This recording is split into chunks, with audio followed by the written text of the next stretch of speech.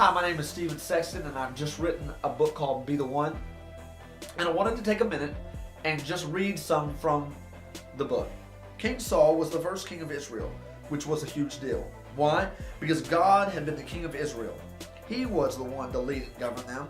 But the people rejected God as their king.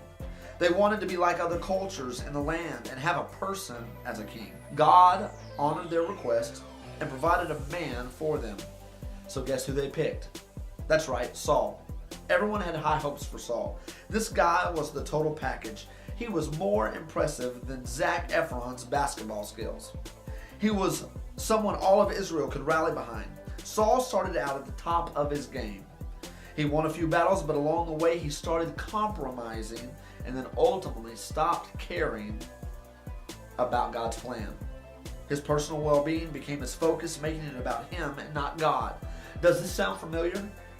Just like we mentioned earlier, Saul was forfeiting his influence because he went to sleep spiritually. Many times the alarm went off. In fact, 3 specific times Saul could have heard the warning, but those warnings never really affected him. He forgot about the mission and made everything about him. He became consumed with his appearance, success, and people more than being the one. There are so many things that pop up in our daily lives. Where we're going, who we're going out with, what we're going to do for fun, what responsibilities we have. And in a life of busyness, texting, calling, social networking, it's very easy to put aside the calling that God has given each one of us to be the one. In your schools today, imagine if nobody stands up to be the one. In your churches, imagine if nobody stands up to be the one. In our communities, imagine if no one stands up to be the one. See, we are in a time in our culture when the voices are too silent.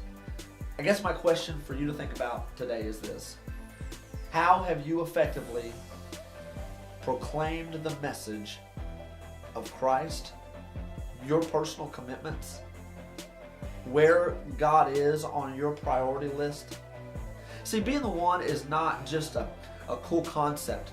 Being the one is where you take responsibility to do something about what you have committed to. If we're going to change the world, we got to speak, we have to prepare, we have to engage, and we have to befriend. And I am challenging this generation to step up and be the one that God's called you to be. To get Be the One, go to StephenSexton.com. Click on resources and get your book today.